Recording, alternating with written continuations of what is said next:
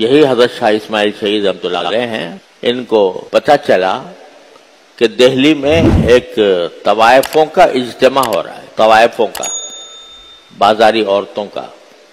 گانے بجانے والی عورتوں کا جشن کوئی ہو رہا ہے۔ اب وہ ساری عورتیں ایسی تھیں،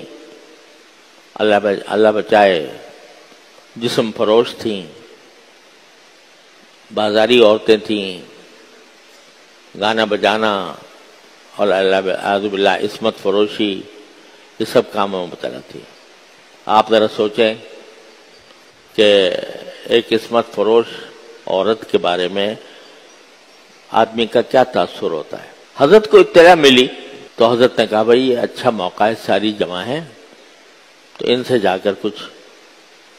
دین کی بات کرنی چاہیے، ان کو اس گناہ سے بچانے کی کوشش کرنی چاہیے۔ لوگوں نے کہا بھی ہوگا کہ حضرت کہاں آپ اور کہاں وہ عصمت فروش عورتیں، اور وہ کوئی یہاں پر آپ کا بیان سننے تو آئی نہیں ہے، وہ تو اپنا جشن منا رہی ہیں۔ مگر حضرت نہ رکے، اور حضرت نے اپنا ایسا بھیس بدلا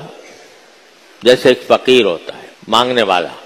اور جہاں ان کا اجتماع ہو رہا تھا وہاں دروازے پہ جا کر آواز لگائی، ہے کوئی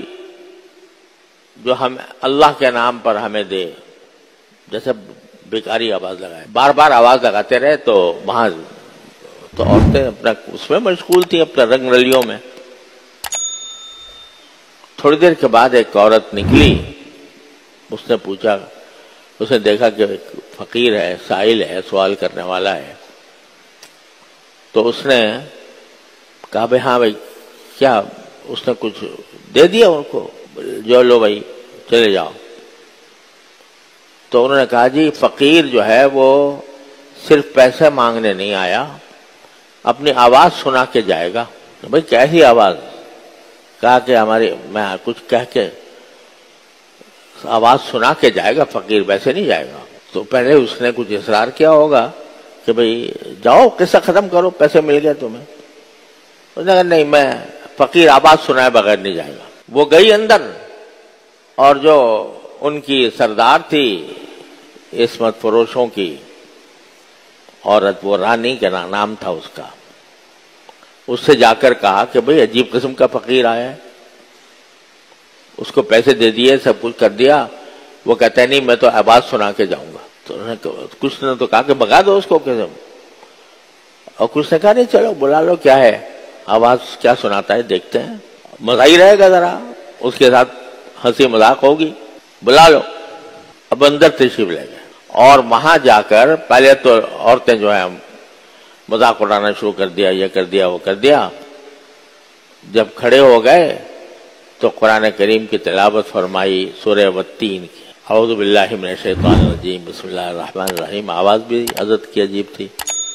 والتین والزیتون وطور سینین وہذا البلد الامین لقد خلقنا الانسان فی احسن تقویم ثم رددناہ اسفل سافلین، جس میں قرآن کریم نے یہ فرمایا کہ ہم نے انسان کو بہترین طریقے سے پیدا کیا، خوبصورت ترین بنا کر پیدا کیا ہے، اور پھر ہم اس کو اسفل سافلین میں بھی ڈال دیتے ہیں۔ تو یہ آیت پڑھی اور اس پر بیان شروع کیا۔ تھوڑی دیر تک تو عورتیں کچھ ہنستی ہنساتی رہیں، اس کے بعد سناٹا چھا گیا، پر حضرت نے جو بیان کیا تو بیان کے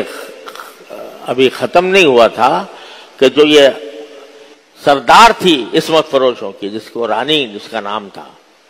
وہ قدموں میں گر پڑی، اور اس نے کہا حضرت میں توبہ کرتی ہوں اپنے سے، اور وہ تائب ہوئی، اور تائب ہو کر حضرت شاہ اسماعیل شہید رحمۃ اللہ علیہ کی